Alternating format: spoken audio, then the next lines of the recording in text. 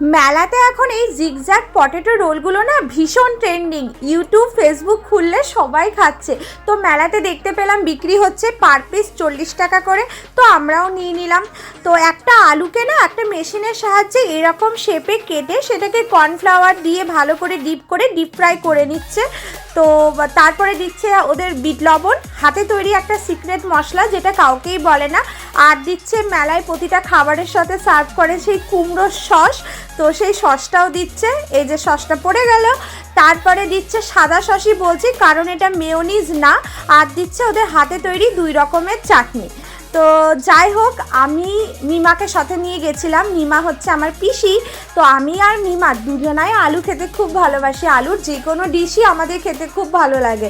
তো আমাদের যথারীতি ভালোই লেগেছে। তো এই যে মিমা খাচ্ছে। তো যাই হোক, আমারও ভালো লাগলো, তাই শেয়ার করলাম সকলের মাঝে আর কি।